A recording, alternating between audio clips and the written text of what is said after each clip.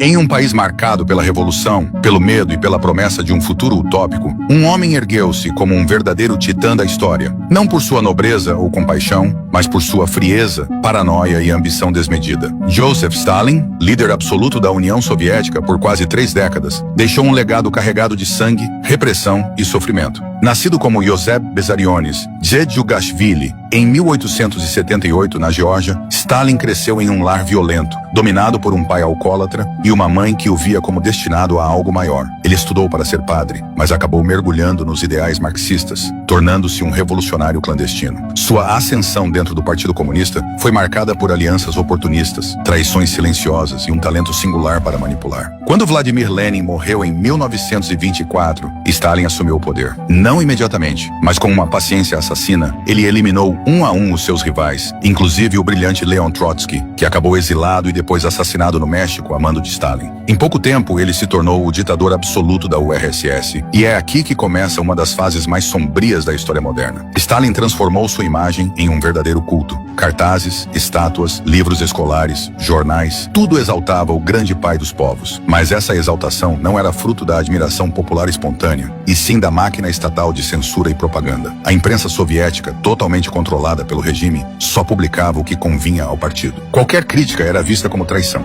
Até mesmo obras de arte, peças de teatro e músicas passaram a ser vetadas ou moldadas para glorificar o socialismo e, claro, Stalin. Intelectuais que ousavam questionar a linha oficial desapareciam, eram presos ou executados. A literatura russa, tão rica e profunda, virou um instrumento de adoração ideológica. A verdade, naquele contexto, deixou de existir. Só restou o discurso oficial. Essa censura moldava a realidade. O povo era bombardeado com notícias que mostravam uma URSS pujante, igualitária, justa. Enquanto isso, nos bastidores, o país mergulhava em um abismo de miséria, terror e corrupção.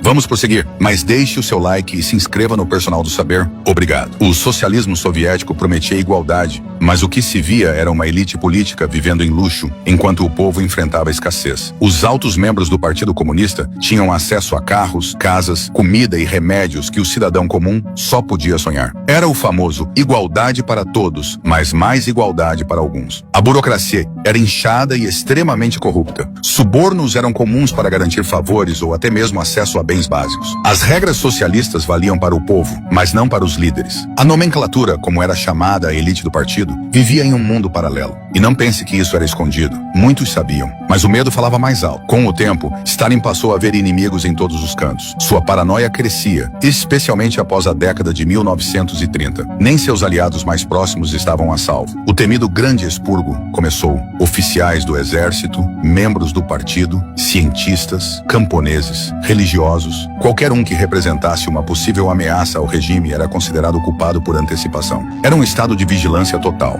As pessoas não sabiam se o vizinho, o colega de trabalho ou até mesmo um parente era um informante. Basta uma denúncia, muitas vezes falsa ou motivada por vingança pessoal, para alguém desaparecer. Prisões, torturas, julgamentos forjados e execuções se tornaram rotina. Milhares foram mortos. Milhões foram enviados para os gulags. O sistema gulag era a espinha dorsal do terror stalinista. Oficialmente, eram campos de trabalho corretivo. Na prática, eram prisões de trabalho forçado em regiões remotas e inóspitas da União Soviética, como a Sibéria e o Cazaquistão. Essas áreas eram controladas pela administração central dos campos, e a lógica era simples: quebrar o corpo para dominar o espírito. Os prisioneiros trabalhavam em minas, construção de ferrovias, florestas e qualquer atividade que o Estado julgasse necessária. Comida escassa, frio extremo, doenças, violência dos guardas e a desesperança formavam o cotidiano desses prisioneiros. Poucos sobreviviam por muito tempo. Ainda assim, milhões passaram por esses campos. O motivo da prisão? Muitas vezes, apenas uma opinião, um bilhete suspeito, uma amizade mal interpretada ou até mesmo um sobrenome errado. Os gulags não eram apenas punição. Eram parte da engrenagem econômica da URSS.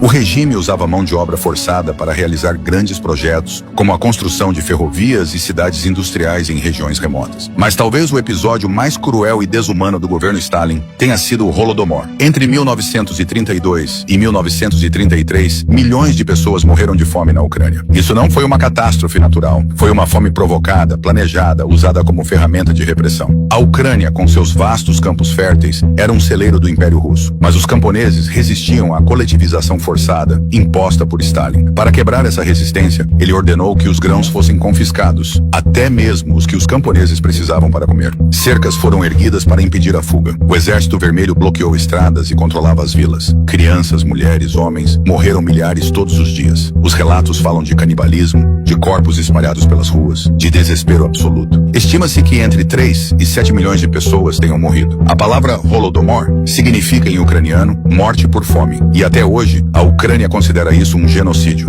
O mais irônico e trágico de tudo isso é que Stalin se apresentava como o construtor de uma nova sociedade. Ele se vendia como o herdeiro legítimo de Marx e Lenin, o protetor dos trabalhadores, o pai de todos. Mas o que construiu foi um estado do medo. A URSS virou um campo de mentiras. A verdade era proibida, a liberdade era um crime, a vida era descartável, o partido era tudo. Mesmo assim, muitos ainda hoje romantizam Stalin. Alguns veem nele um líder forte que industrializou o país e derrotou Hitler. De fato, sob seu comando, a União Soviética se tornou uma superpotência militar. Mas a que custo? A Segunda Guerra Mundial, que a URSS venceu ao lado dos aliados, custou mais de 20 milhões de vidas soviéticas. A vitória sobre os nazistas foi sem dúvida heróica, mas nem mesmo os soldados escaparam da desconfiança de Stalin. Muitos veteranos foram presos, acusados de terem sido corrompidos pelo Ocidente. Stalin morreu em 5 de março de 1953. Foi encontrado desacordado no chão de sua dacha após sofrer um derrame. Curiosamente, seus subordinados demoraram horas para socorrê-lo, com medo de agir sem ordens ou parecerem ansiosos demais por sua morte. A morte de Stalin marcou o fim de uma era de terror. Seu sucessor, Nikita Khrushchev, denunciou os crimes do regime no famoso discurso secreto de 1956, mas o dano já estava feito. A URSS nunca se recuperou completamente dos traumas causados pelo stalinismo. E hoje,